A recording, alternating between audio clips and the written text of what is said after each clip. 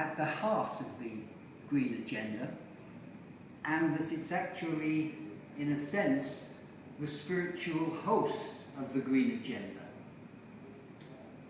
20 years ago exactly, in Rio, 100 heads of state came together, more than 100, and for the first time ever, they agreed a concept of a future based on sustainable development, and they agreed an agenda for the 21st century, Agenda 21.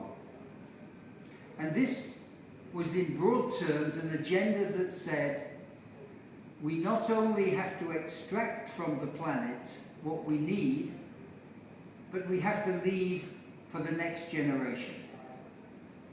For the past 20 years, the world has been, to one degree or another, adopting or not adopting that agenda. And the travel and tourism industry has been a part of that development. In my view, the travel and tourism industry, first of all, was only coming together in 1992 when this conference was held. I was in Rio. I was the only travel person at that Rio meeting. And in the 20 years since, we have just started to get into the mainstream of green growth. Now, 20 years later, in June of this year, there will be held Rio Plus 20.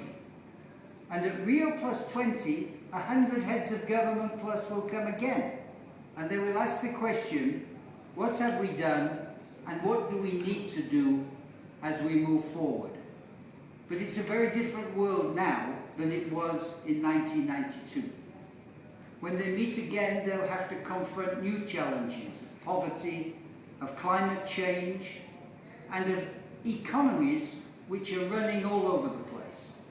And they'll have to try to get a long-term framework for dealing with this, knowing that we are already creating major problems with our carbon, that we are using too many of our precious resources, particularly food and particularly water, and that at the moment we have 7 billion people, but we will have 9 billion people by 2050, all of a higher standard of living, all consuming more, all making more carbon emissions.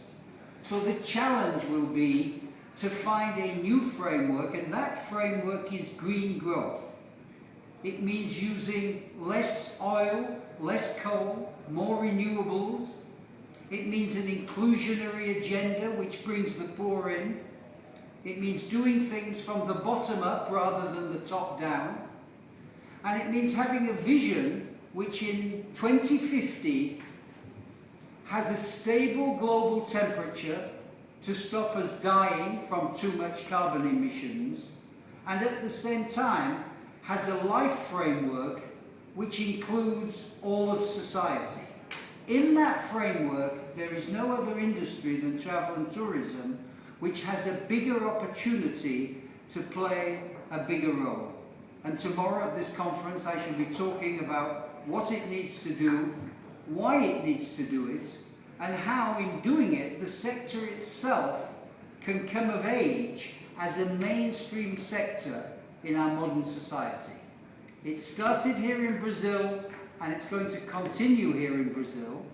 And Brazil, as a new emerging BRIC nation with a vibrant travel and tourism sector, can actually be a lead player. It won't be the old players who are driving this new agenda.